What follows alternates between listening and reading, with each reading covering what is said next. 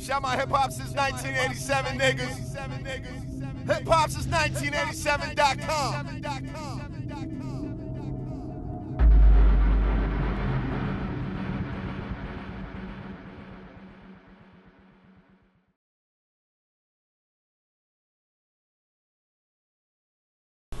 You know what it is, hip hop since 1987. It's your man Eldorado. In this edition of Behind the Beats, I'm with Atlanta well-known producer. I guarantee you've been bumping his music in your iTunes catalogs and your cars at your cookouts and things like that. He goes by the name of D.Rich. What's going on, Play? How you doing today, man? Good, man. Now, you got an extensive catalog. You know, you have tracks with Jeezy. We were talking about Who That a little earlier, you know, from the recession. You recently done tracks with Rick Ross on his Mastermind project. We'll get into that. Yeah. You know, you and Rick Ross have an extensive history. You've done some of his mixtapes and things of that nature. 2 Chainz, Super Freak. The list goes on and on and on. So I gotta ask you, what got you into producing? Man, I started early, like in 4th grade, man. Little school I was at, they had like a little music class, and I played the little xylophone. Okay. Once I learned what the xylophone was, and I had a piano at home. So the xylophone and the piano pretty much the same thing, just different instruments, you know what I mean? So from 4th grade until now, as years went on, you know what I mean, just learned the piano piece by piece. By the time I turned 13, I knew how to play the piano. Oh, so you have an extensive music history and whatnot. So you play the piano, you just don't make beats, but you're more of a musician. Mm-hmm. Exactly. When you're creating your beats, what are some software tools and, you know, hardware that you like to use? Well, right here I got the Phantom X6. This is my baby. Got the Proteus. I use the MPC 1000. Over there I got the 4000, which I'm barely using. I got the Chord Chronos right here. And under here I got my the computer I use Fruit Loops with, but I barely use it. I don't really use it no more. But on there, man, I got a million instruments, Nexus, Omnisphere. I got all type of sounds on there. So, but mostly I use my hardware with the Phantom and everything. Okay, that's dope. That's dope. So what actually, you know, do you remember what your big break was? Like, what actually got you into, you know, producer? I say your first placement and whatnot. You know, when you realized that you had something major and you could possibly take off. Well, I got with Shawty Redd through MySpace. I hit him up through MySpace probably like a few months after I got out of school, and just sent him a message. He hit back instantly. Sent me his number, talked to him. Probably a few months later, he sent me a contract or whatever, and I signed it. But you know, ain't nothing happened instantly. You know what I mean? As time went on, he hit me up probably like at the beginning of 2008. Sent some beats. I sent him some. He told me Jeezy picked something, but I thought he was lying. I just really knew he was lying. And shoot, I said until like a month before the album came out, I got well, I heard that I had a song for real, and then until the day that the actual CD came out, that's when I realized, like, okay, I really do got a song on Jeezy's album, like, you know what I mean? So that's when it made sense to me. I quit my job and everything, and I moved with Shawty Redd, came up to Atlanta. I dig it. So, you know, that's crazy. It shows how social media has always been involved. You reached out, you know, Twitter and Instagram and even Facebook to a certain extent is big right now. But that's back in like 06, 05, 06 when MySpace was popping and whatnot. Yeah. So being in the game from 05, 06 era to now 2014, how would you say your sound has evolved? Well, early on I used Fruit Loops, and Who That was made on Fruit Loops. Okay. And I say it just sounded.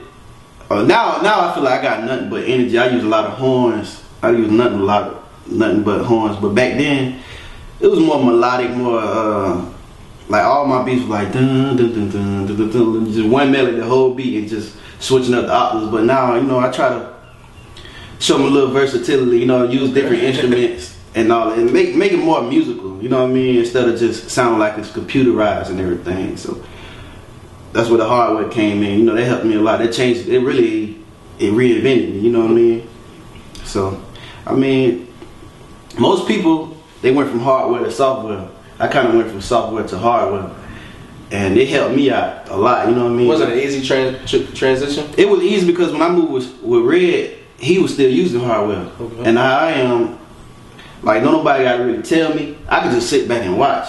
So over the years, I just watched what he was doing. And Jeezy was the one that actually bought my MPC and the computer and the speakers and everything. So when he came through with that, You know what I mean? It took me like probably a few weeks to really have it down packed, and by then I was making beats and he was rapping on them. You know what I mean? So it was really easy. When you sit down at your station right here and you get to create your music and whatnot, how many beats could you typically say you make in a session? I probably won't leave out of here, like I was telling you earlier, I come in here probably like 11 at night and won't leave out like 5 in the morning. So I probably made between 5 to 10 beats.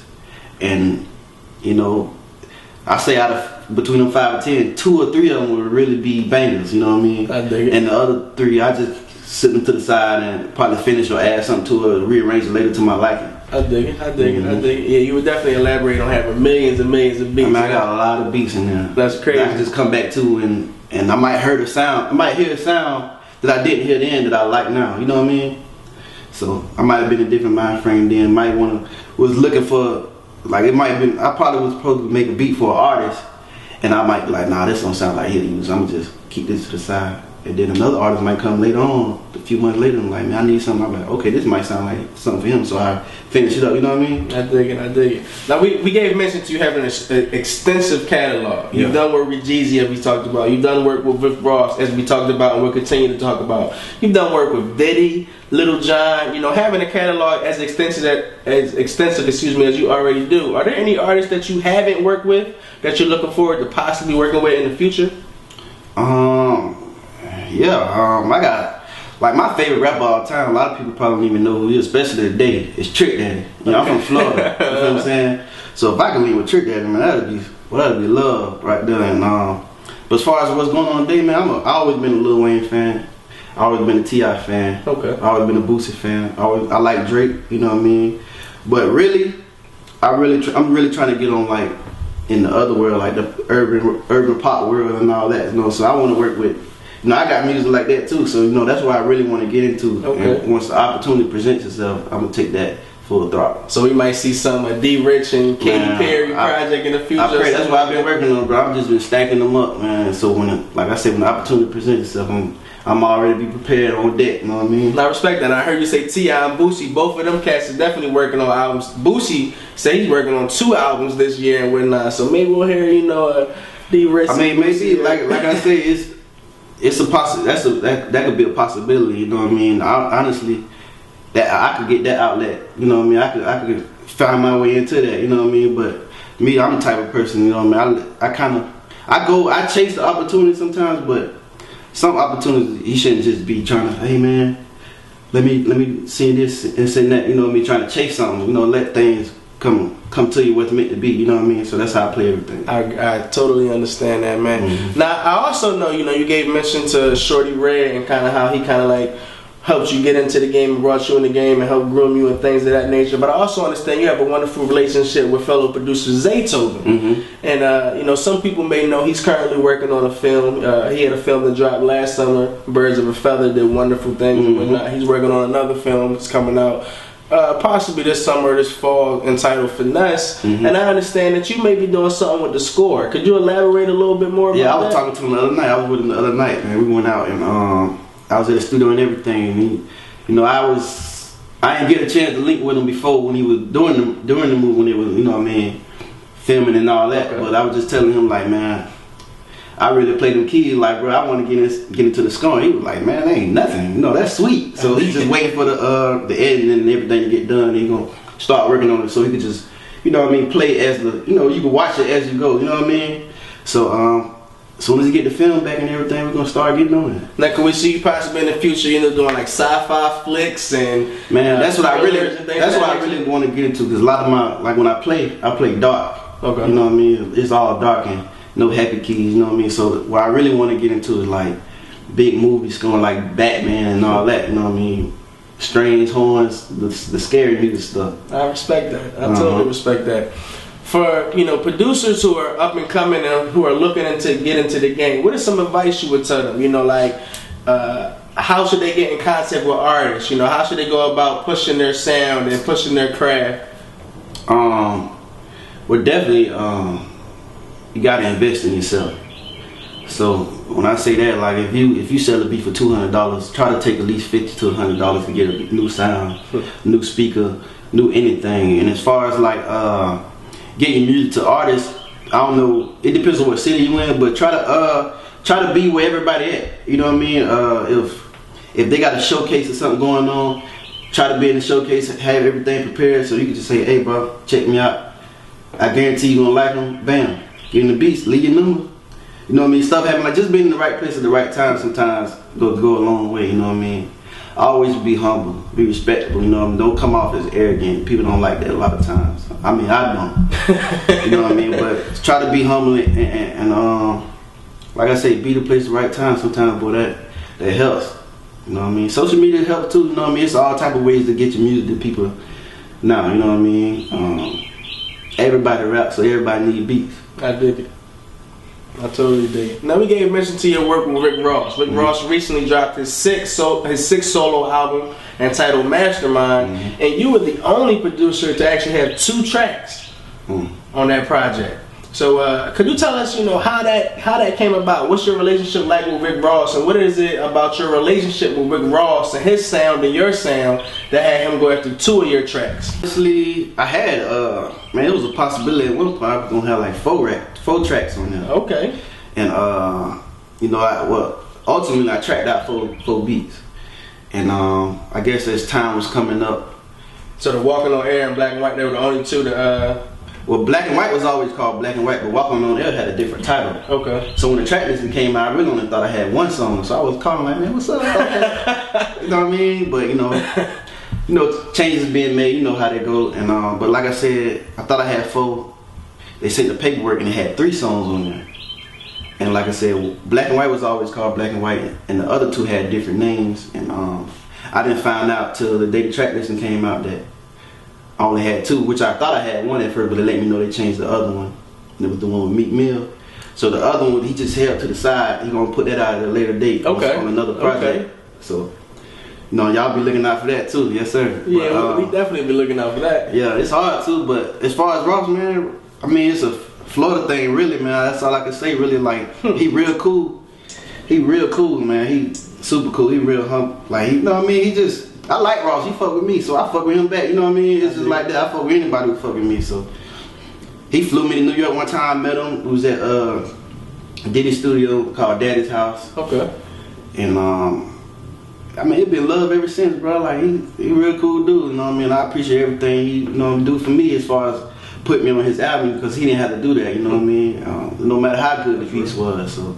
I really appreciate it, and I want Cuz to know that, and I let him know anytime I get a chance to, too. Real talk. Well, can we, speaking of Walkin On Air and whatnot, can we get a sample of just, how you created the beat and what, actually, what went through your mind as you were processing and making this beat? I understand you made this beat almost 9 months ago, back in August? Yeah, it was in August. This like the little folder where how I make the beats is like, this is Walkin On Air right here. Okay. But how I make the beats, this is all 2-track, right? This is the 2-track. This one right here is just the sounds. This right here is the drum track. You piece them together, bouncing down together. You got a little MP3 file, but yeah, play. All these other ones is other beats too. So you got a bunch of different sounds and everything already laid out? I'm a piece of one by one now. I'm just playing it. Piece of head. That almost sound like a little movie if you take the drums out. I dig it. Somebody might do some shady shit.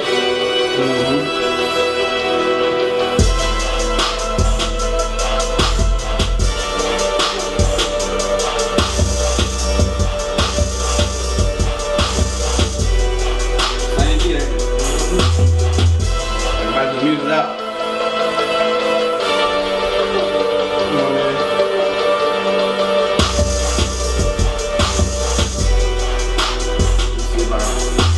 Pull up the track out real quick.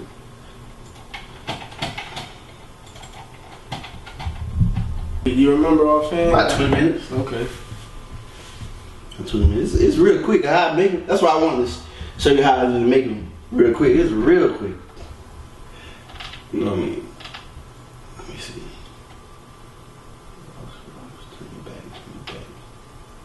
Okay, here we go.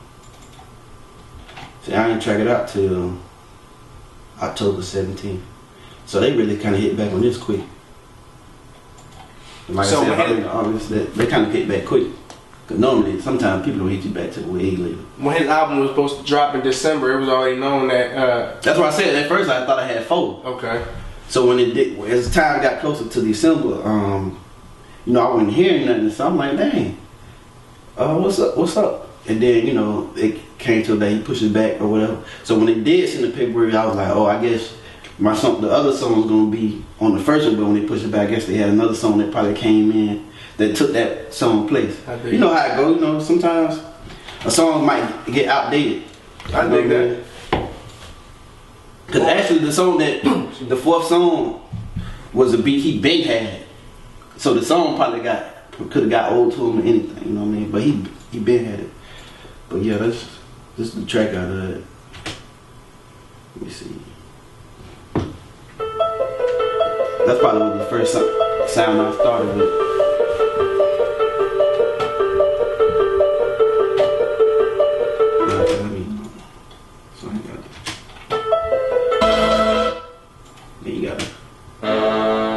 Just a little horn. That's one little horn. It's like a big little stream. Sound like a little movie screen on it. Like a crazy little time on it. It's just bouncing. That's got a sci-fi sound to it. It's a little quiet.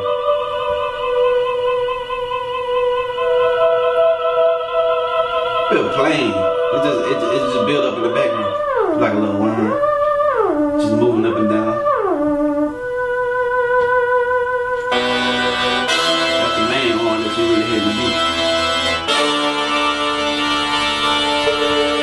There's another screen.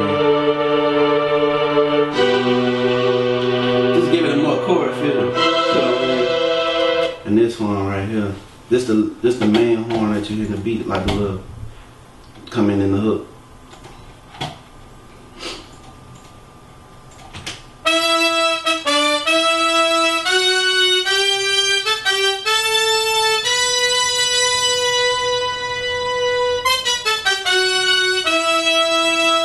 You put all them together. Start right here.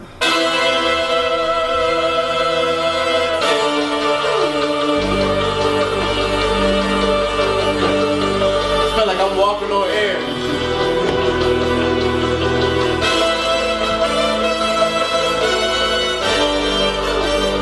These are claps and snares and drums, you know what I mean?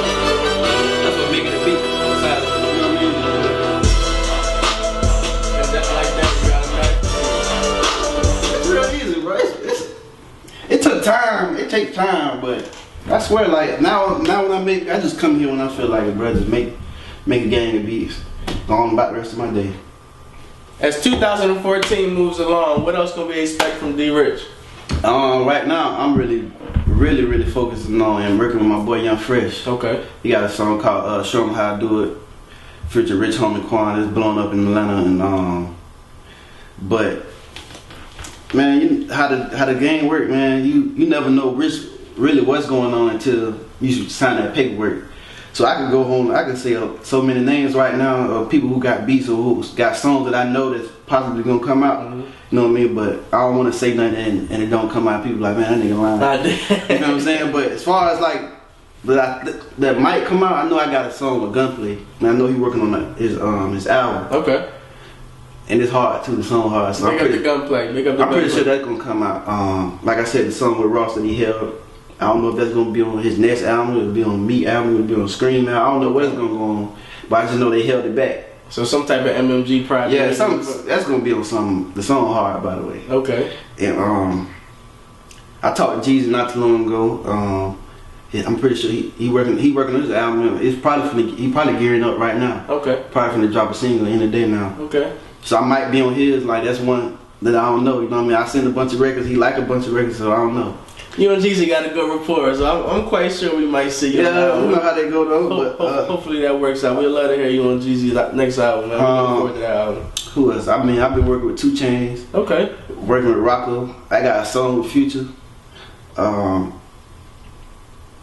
mean, I can name. You putting in that work right now. I'm just grinding, man. Really, but I'm really just I'm going hard with Fresh because that's who I got right here with me. So we got like 25 songs on deck. So I know what we doing with that, and it's hard too. Okay, we definitely be looking out for that. We, keep us up to date, whatever y'all got going on. I'll see. We definitely be in your ear for that. For those who want to stay in tune with your movement and follow you from here on out, how can they go about doing so via social media? Everything D.Rich the one, my Twitter, my Gmail, my Instagram, everything. DRICHTHE the number 1. And that'll be my Twitter, my Gmail, my Instagram, and everything, man. Hit me up, man. I respond to anybody and everybody. I ain't Hollywood, man. Real low down to earth, man. So, you know what I mean? There it is. Hit me up. Y'all know what it is. Your man Eldorado Hip Hop since 1987, and you've just been behind the beats with D.Rich. Yes, sir.